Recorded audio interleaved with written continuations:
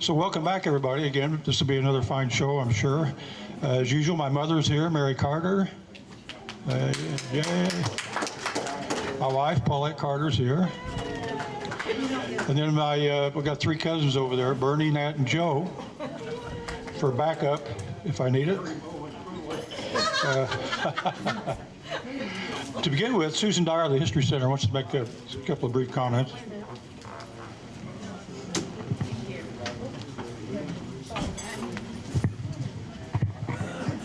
Thank you. I've been asked several times, and I always forget. So this time I brought a couple copies of the new cemetery book. And we can actually take your money this time. We've actually got something we can use to run credit cards as well. So I've got two copies. It's $25 without tax, $25.76 with tax. If you haven't heard, we are taking a trip to Cedar Farm on Saturday, a bus trip. So this is Gail and Bill Cook's Antebellum Plantation House out on the Ohio River. It's $40 for members, $45 for non-members. Lunch is included, and Gail will be talking about the restoration of the house. So we can also pay for that or take your money for that here as well. I need help with something. We are working on a digital interactive for the Monroe County Hall of Fame, and we need photographs of some of the inductees from previous years that we do not have. So I'm going to leave a list of these names that we don't have photographs for in case anyone can identify some of them or have photographs of them. That would be really helpful for us. We have a book signing coming up on Wednesday. Oh, that's tomorrow. Charlie Nelms, who is a former chancellor at IU, will be signing his book From Cotton Fields to University Leadership, and this is at 5:30, so that's free at the History Center.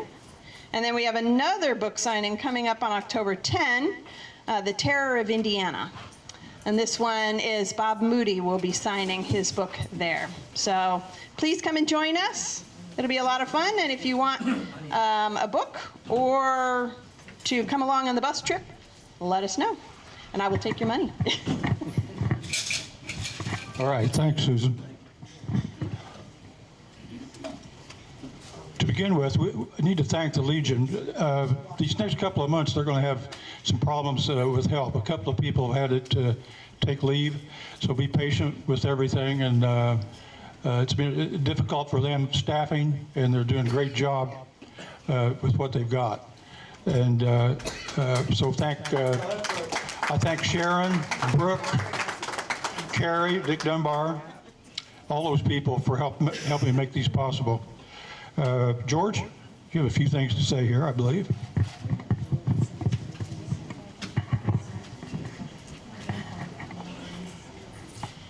I'd like to introduce my wife, Mary Ann Carpenter. Nearly 52 years. I'd like, yeah. Thanks, Valerie. So I'd like to thank everyone for coming. I'd like to, particularly, as Mike said, thanking the Legion and the volunteers. I'm curious from a standpoint of how many people here are legionnaires of this post or Women's Auxiliary, Sons of the American Legion, any of that group. This Legion post is the largest and the most active in the state of Indiana. It's an extremely great asset for the city of Bloomington and for the Monroe County community. And we're really lucky to have it here. Every week I almost forget this. How many of you are not on our distribution list for email? If you're not on our email distribution list, please let me know at the end of the proceeding, and we'll get you on the distribution list. How many of you are subscribed to our YouTube channel? Really, go to YouTube, Monroe County History Club, and subscribe, because every time when you subscribe, and you hit the little bell at the top up there, it will let you know when we put a new presentation online. Yeah. Last, cats. It's always great to have these guys here. They help us preserve history while we're making history. Yeah, thanks a lot. Really appreciate that. Anything from the rest of you for the good of the cause? Thank you very much. Enjoy the afternoon. Thanks, George. I'm going to go through a list of the future meetings, and we're pretty well booked about a year ahead, which is kind of neat. We do have one change. We had scheduled a program tentatively for October 15th with Brad Cook. We're going to have to postpone that, and I'll try and stick Brad in at a future date. But so don't show up on October 15th. Or you can, but there won't be a program then. October 29th, Randy Richardson, who's here with us today, will give a program entitled Once Upon a Time in Monroe County, Stories from Our Past. The earliest story is from 1857, and the latest is about a business that began in 1920 that's still doing well. There'll be something there that piques the interest of everyone. November 26th, frequent contributor Derek Ritchie will be back. He entitles his program, The Dark Side of Monroe County. So he's going to talk about the mysteries, the murders, and scandals that shocked Bloomington way back when. It'll all be like 1940 and prior, so there won't be too many people to debate with him about what the heck happened. So, but there'll be 6 different things that happened in Bloomington prior to that time. December 17th, which we had to change the date just a little bit because of the holidays, Hillary Fleck of the Monroe County History Center will give a program on the women's suffrage movement in Monroe County.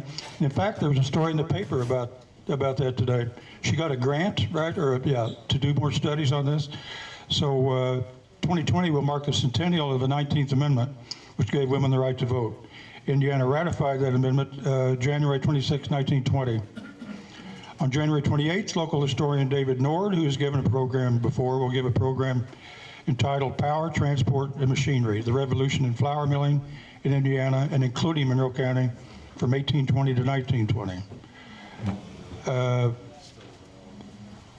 February 25th, 2020, local historian Duncan Campbell, who's been here several times, will discuss local architect John Nichols. Has everybody heard of John Nichols? Probably most people haven't, but he was a prolific architect and had lots of beautiful mansions built here in Bloomington. Some survive, some don't. But Duncan's going to go over all those and will identify local homes and buildings that he designed and are still standing. March 17th, James Hutchison. This is a bonus program. James was a radio operator on a B-17 in World War II. So he's like, I think, 94, and he does a great job. I watched some of his program. He calls his program a World War II bombing mission through the flak and back on a PowerPoint series of photos. So he kind of takes you on a routine, if you can call it a routine bombing flight back in World War II, what it would have looked like. March 31st, 2020, Dr. John Butler, who's given 2 other programs before, will give a program on the history of transportation in Monroe County. This is ambitious because he's going to cover Native American and early settler past, water transport, the county's first roads, horse-drawn travel, the rise and fall of the railroad, the advent of the auto, and the improved road network, Monroe County air travel, and finally the addition of the highways and eventually the interstate. April 28th, Michael White, and maybe Adam Stillwell too, I'm not sure if he's going to join him, of Cats TV will give a presentation on the origins and history of local Cats TV, who's been here, who televises and records all our programs. They've been around for around 45 years, serving our county. May 26th, Jeremy Bouchers, if you remember the Covered Bridge program, he's found out a lot of new information that we didn't hear the first time, and he's going to give that program, but it won't be exactly the same program. He'll have a lot more stuff to go with it. June 30th, 2020. Derek Ritchie will return to give a program called The Demolition of the Morton Hunter Mansion and the Birth of the Preservation Movement in Bloomington in 1974. He will discuss the Hunter and Laboratory mansions and their importance to our past. July 28th of that year is to be determined, and so is August 25th. September 29th, a year from right now practically, James Capshaw will give a program on Herman B. Wells, entitled Beyond Being Lucky, Herman B. Wells and Indiana University. He has written a book on this. Okay, so now we come to today. So the First Presbyterian Church in Bloomington will be celebrating its 200th anniversary. It's the oldest church in Bloomington, located in the oldest church building in the city. So Owen Johnson is our speaker, and he's the historian and a member of the church, and will review that church's history. It's always been a downtown church. Members of the first congregation held their first church service in the recently completed log Monroe County Courthouse. After the Civil War, the rapidly growing congregation constructed a new two-story brick building on Walnut at a cost of $7,000 on a lot purchased with money raised by the Women's Sewing Society. That building burned down in 1899, and the church built its current edifice, rebuilt for $27,000. Owen's talk will highlight the events and people that are part of that church's history. So I'm going to quit doing his program for him right now, and here's Owen Johnson.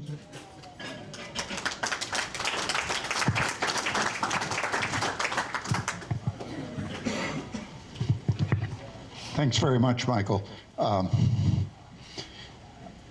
I'm delighted to be here to talk about our church history. Tomorrow is actually the exact anniversary of the first church service held by what became the First Presbyterian Church. Imagine what it was like to be in Bloomington, Indiana on September 25th, 1819.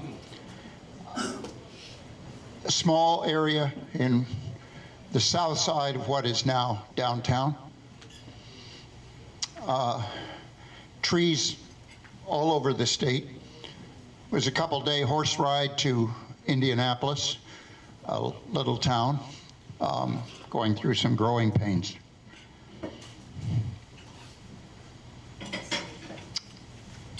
As Michael said, this was the first Presbyterian church to be founded in Bloomington. There's some debate on that. If you look at the history of the First United Methodist Church, they say they met in 1818, which would be before our church, but it's uncertain. The Methodist Church employed circuit riders, and there probably were some services here at the time, but the question is whether or not they actually formed a congregation at the time. The current building is the oldest church building in the city. Its first home was in the center of town of the small village of Bloomington. Throughout its existence, it has been located within no more than a few blocks of the town square. The choice to stay there rather than to move to the periphery was one of the difficult decisions the members of the church have made in the last 50 years. For the first century of its life, First Presbyterian Church was closely associated with the institution today known as Indiana University. Presbyterians are known for valuing an educated clergy. Many of the early pastors who served the church were faculty members or even the president of the university. Even today, some of its members are still associated with the university. At one time, IU students in various living groups came en masse to worship. The church has had pastors who worked with university students and helped support the Westminster Foundation, which has its own interesting history. In the late 1930s, it proposed a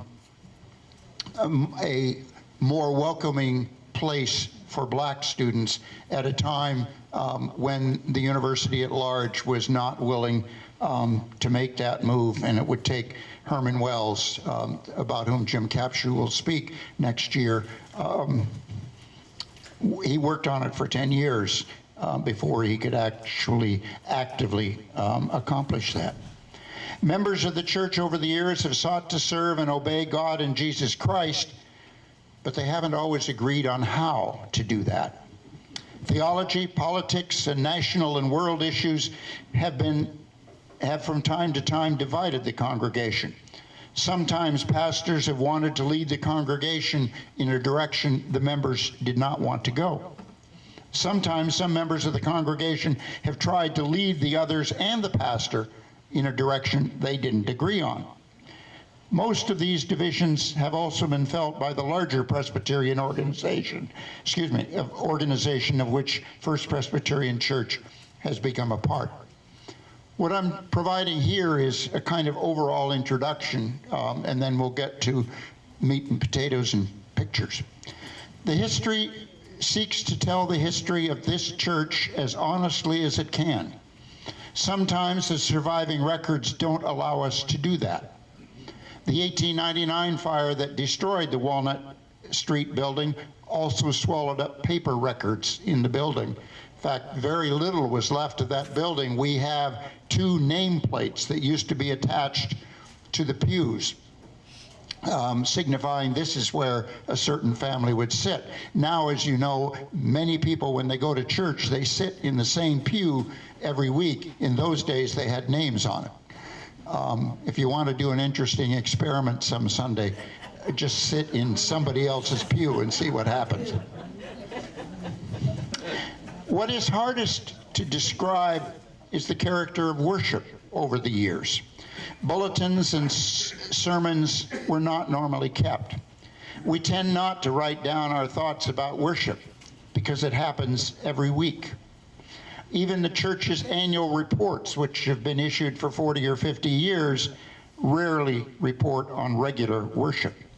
They might take note of special services, but nothing more. Bloomington newspapers at one time wrote about worship at various local churches. Every Monday there would be an article on the front page of several Bloomington papers reporting on the sermon that had been given on the previous day. When was the last time you saw that happen? On one occasion, the Indiana Student, today the Indiana Daily Student, carried an interesting series of reviews, this was 1867, of the churches and the church services in the community. Most significantly, the history cannot adequately tell the story of the thousands of members and worshipers in the church over 200 years and more than 10,000 Sundays. Many of you will remember, here's the church and here's the steeple. Open it up and there are all the people. And we don't see those people often enough. We had our bicentennial worship service this past Sunday. We couldn't go back to that first service because we don't know exactly what transpired. So Pastor Andy Court used one of the earliest bulletins that was saved from 1922, and we followed the order of that service. So I want to turn to the slides that we have. The church was founded, as you can see, September 25th, 1819. 9 people, and their names are given there, met in the log home of the Maxwells to discuss forming the church. And you can see where it is now. The History Task Force has done some sleuthing to figure out some information about these people. Well, it turns out Mrs. Maxwell's maiden name was Anderson. And you see Elizabeth Anderson, so that makes 3 Andersons. and Patsy Baugh's maiden name was Anderson. So this was Presbyterian Church in one family, sort of. But that's where it took place. And this is an artist's rendition of the Monroe County Courthouse. No fish on top. And as you know, the county had its bicentennial last year. We're full of bicentennials. And somewhere on that square, the church was located. The university did not exist. In 1819, it was founded a year later. It didn't hold classes for 5 years. There's a story in there somewhere, but I don't know what it is. First service led by Reverend Isaac Reed. Isaac Reed was something of an itinerant pastor. He saw it as his calling to found churches, and there are a number of Presbyterian churches in southern Indiana that were founded by him. This is one of the founding members, Colonel John Ketchum, who wrote a little pamphlet once about how he was captured by Native Americans. This was in his older days because pictures didn't exist when the church was founded. And here's the burial stone. That book about cemeteries was very apropos for the fact that we're going to see several gravestones here. I was going to say you could bury yourself in that book, but that's too easy. Patsy Baugh, buried in the Baugh Cemetery along Fee Lane on the IU campus. How many of you have ever noticed that cemetery? And I have walked by it a number of times. If you turn left here, you go to the parking lot where I park for IU basketball games. And that's the Baugh tombstone. Another early member was Austin Seward. The Seward Foundry still exists in some form today, many years later. Austin Seward is credited with making that fish that flies over the courthouse. If you can say flies, do fish fly? This is a bad day as far as humor is concerned.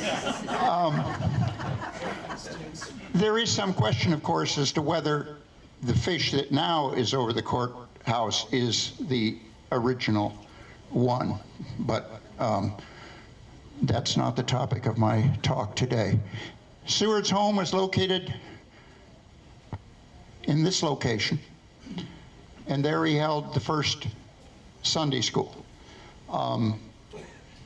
Religious education and other education was one very important role that the Presbyterian Church followed in the early days. And here you see another gravestone near the Beck Chapel, right along the east side of the Indiana Memorial Union. Many of you have probably seen that. That's a little bit more visible. Never seen very many students pay any attention to it. It's just sort of, well, it's there.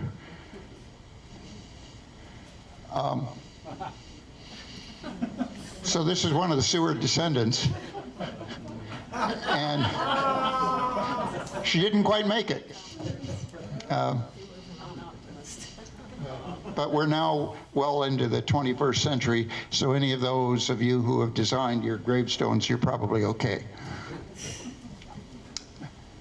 Maynard Rush Hall, a pastor from 1825 to 1829, wrote a very interesting, somewhat fictional, slightly fictional book about the early days of IU. Dixie Richardson has written a book about him and what was going on at the time. So here's the first church building, the northwest corner of 4th and Washington. The second brick building What was the first? Anybody know? The courthouse. Doesn't look very big. If you've traveled to some small towns in southern Indiana, you'll see that some of them are not that big either. I spoke last time here about Ernie Pyle, and the church where he was baptized in St. Bernice, Indiana, south of Dana, was about this size without the steeple. They've now added on a little bit at the back, but it's still relatively small. The first regular pastor was David Proctor, who joined the congregation in 1822, but he only stayed for a year. Baynard Hall, let's go back to him, was the principal of the state seminary, which is where we get the name Seminary Square, and it's from that grew Indiana University. The church did not pay him in money, just like newspaper subscriptions at the time. They were often paid in goods of one kind or another. The small education devoted to, or the small congregation devoted to education and addressing social and economic inequalities at the time. And to some degree, the congregation maintains that goal. In 1829, it built this new church after all those years of meeting in private homes, the courthouse, a school, even the carding mill. How many people were members of this church at the time? 34. It was heated by stoves. This actually was a subject of controversy. Some people said, if you really have faith in the Lord Jesus Christ, you don't need heat. When I first went to Czechoslovakia in December of 1968, some of the churches were not heated, a function of the Communist Party not encouraging religion, so people were all bundled up. And if the church was full, it wasn't so bad. In 1850, 27 members quit the congregation. A theological split between the old school and the new school. For the general public, the biggest difference was the new school favored the abolitionist movement. The old school did not. It's a little bit unclear if you look at the census records. Some of the early pastors often had an African American in the household. Slavery had been abolished in Indiana, but in effect, these African Americans were still slaves. They were beholden to the family in one way or another. They couldn't necessarily imagine what life would be in another way. This is what 4th and Washington looks like today, if you don't remember the specifics. Andrew Wiley, pastor from 1829 to 1834. You're familiar with Wiley House, and also president of the university. Baynard Rush Hall did not have a high opinion of him. And here is his gravestone. For those of you who remember Latin from your high school days of long ago, perhaps you can read it. I can't.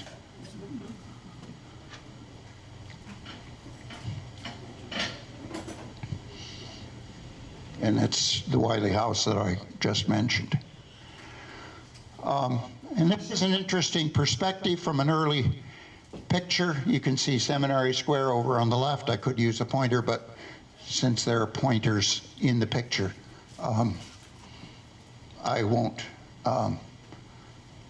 do so. And then you can see where the Maxwell House is. This is not a picture of a gravestone, but the house where he died, and that's what it looks like today. I have a theory about that house. Okay. About the Legion. I think that house is still there. That is a limestone sarcophagus that fills it. Because as soon as you walk in the door to your right, there's a stairway that goes up and curves up around to go to the second floor. And that building was the American Legion home back when my grandfather and father were there. And I remember and that portion to the north there was added in the 1960s. But the square, basically, the part of the building, so I still think that house is still there, but it's in a limestone sarcophagus. Yeah, okay, that makes sense. That makes sense. Let's see. Yeah, It's a North Planned College. Parenthood building.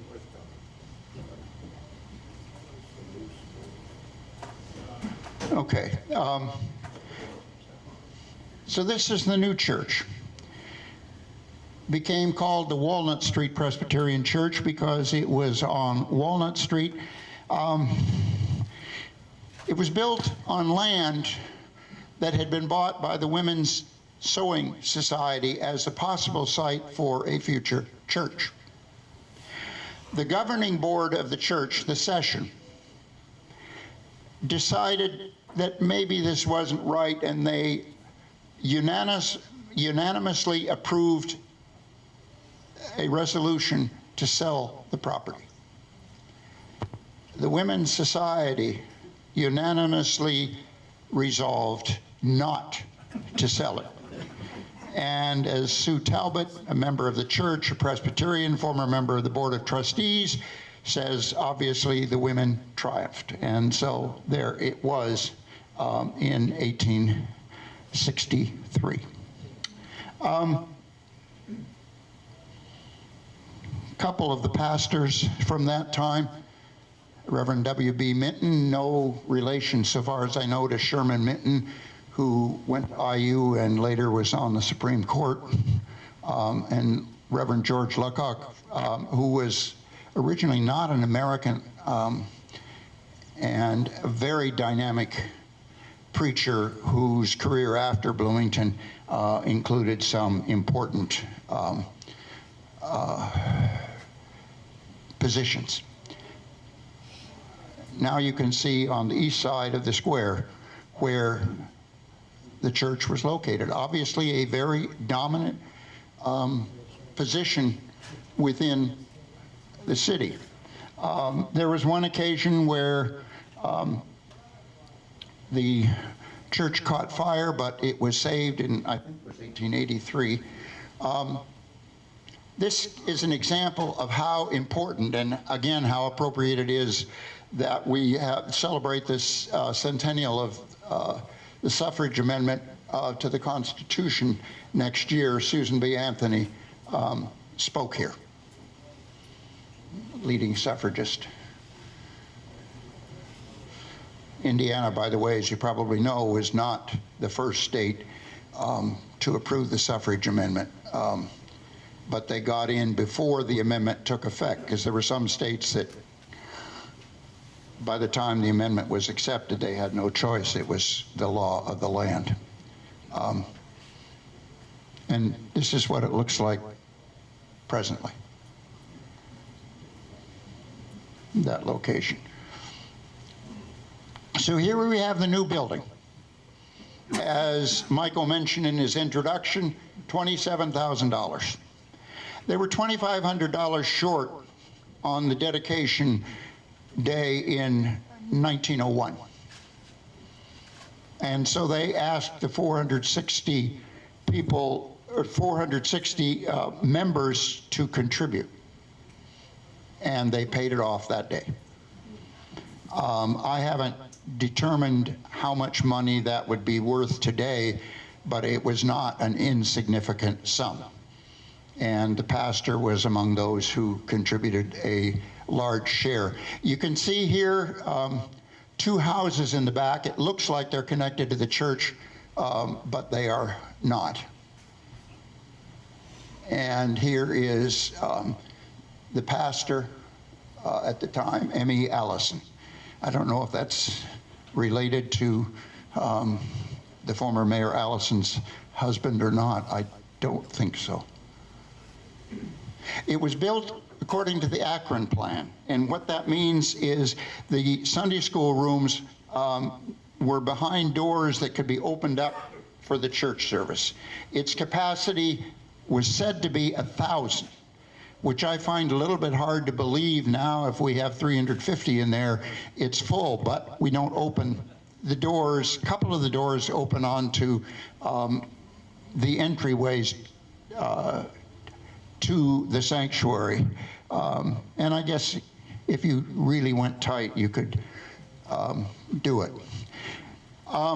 In 1954, we added the Walker Education Wing, named after Reverend Joe Walker. And it was a time of when almost everybody in town belonged to a church, because that was the proper thing to do.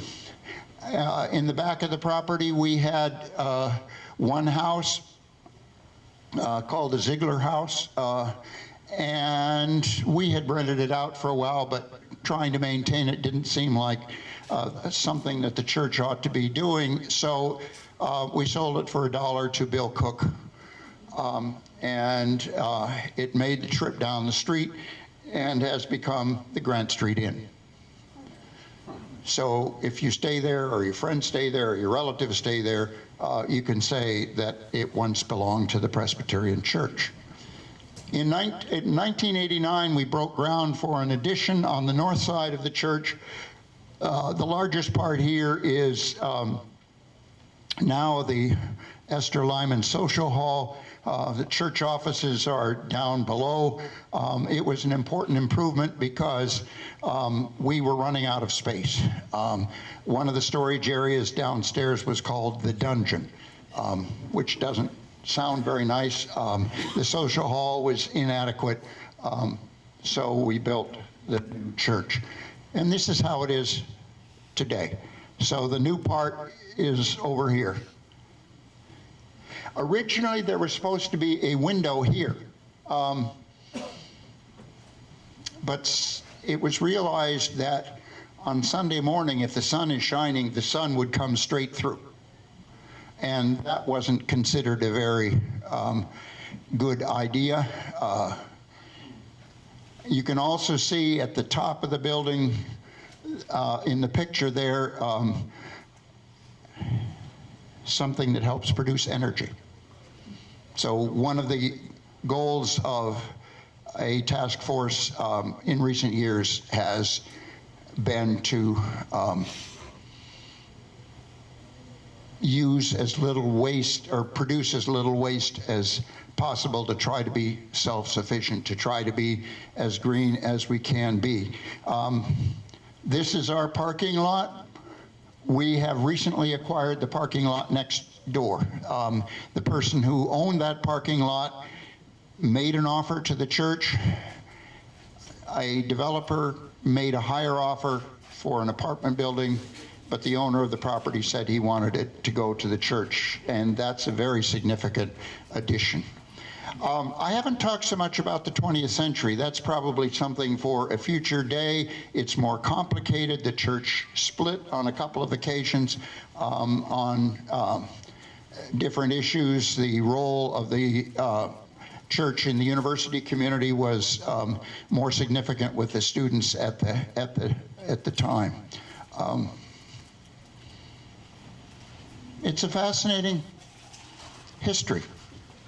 It reflects in many ways, I think, the history of Bloomington, the history of the larger United Church, or the larger United States. It was, we seek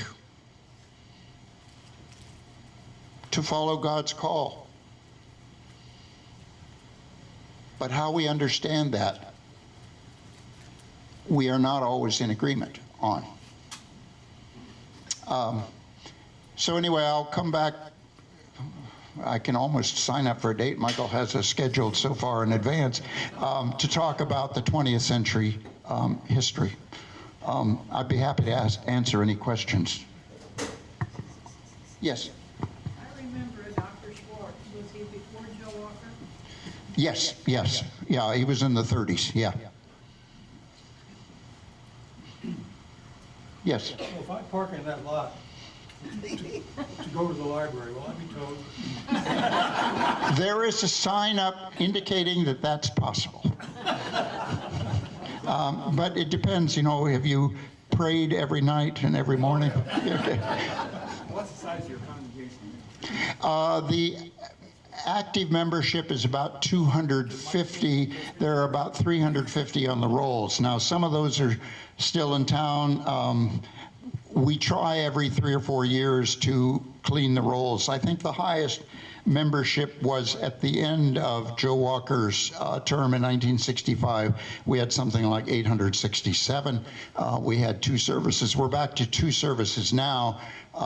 One is more traditional, one is more contemporary. In the back. Yeah, there was a fire in town. Was it this church that got on fire or another? It was not this church, it was this one. In the 30s, first. Oh. Oh, no, the First Methodist it burned in, I can't remember if it was 37 or if the new church was dedicated in 1937. There was a church on North College Avenue that burned to the ground in the 1950s. That was United, yeah, United Presbyterian Church, which is now on East 2nd Street. I hope sometime you'll have that church's historian speak to you about its history. There was a Reverend Bryan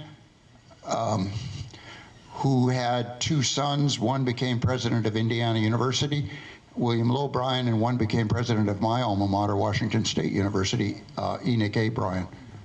It's an interesting thing. You got the Presbyterian Church.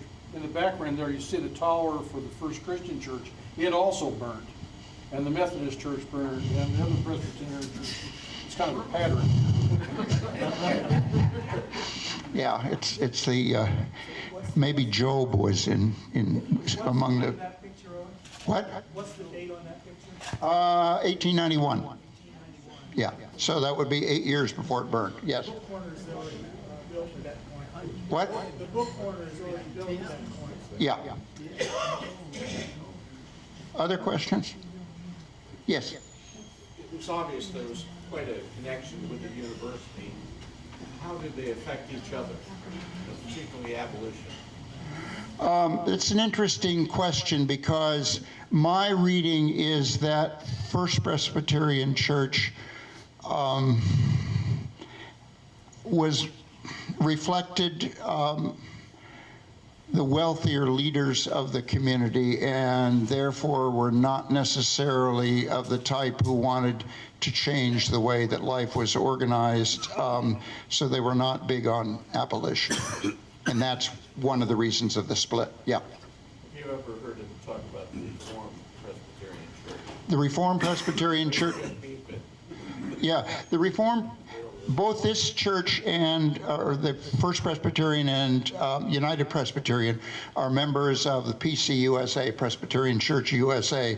The Reformed Church originally came from the Covenanters and reflects a different perspective. And, you know, we don't have any formal ties with them. We're all Presbyterians. We did a program on that about 3 years ago. Yeah. I didn't finish what yeah. About that church. I didn't finish saying what I wanted to about United Presbyterian Church. The church historian is better known for his sports writing, Bob Hamill, and I hope sometime you'll have him here. He came to our service on Sunday as a representative of the United. Yes? You put a new tower on your church here just recently. Yeah, well, recently it's probably been 15 or 20 years. There were a lot of leaks and things, and to try to fix it, and we had, as so many places in Bloomington have, we had bats in the belfry. We didn't have bells, but we had them going in and out, and it also leaked heat out. And so, again, one of the ways that we wanted to lower the bills, it cost a lot of money, and people say it's not quite like it used to be, but yes. Did they save anything from this church that's in current? Yeah, as I said, just a couple of nameplates and whatever, but it was badly damaged. Fire broke out 4 in the morning. A building next door had caught, a meat market caught fire, and then it spread from there. Was the fire department right across the street at the time? I don't know. It couldn't have been across the street because that would have been the square. Courthouse lawn. Okay. Yes. Between the time of the fire and the new building, do you know where they met? I don't. That's an interesting question. What's the question? Where did the congregation meet between the fire in this church and the dedication of the new one? I suspect that, there were a number of possibilities. Assembly Hall on the IU campus, not the Assembly Hall we know today, but an earlier one. I think I would just need to go to the copies of the Bloomington World, because the Cravens family were members of the church, and the dedication Sunday of the new church, the entire front page of the World was devoted to that. Yes. The limestone company that built the new church? Pardon? The limestone company that built the new church, do you remember the name of it? No. I will need to go back and look that up, because that article in the World has a great deal of detail in it. Other questions? Well, thank you very much.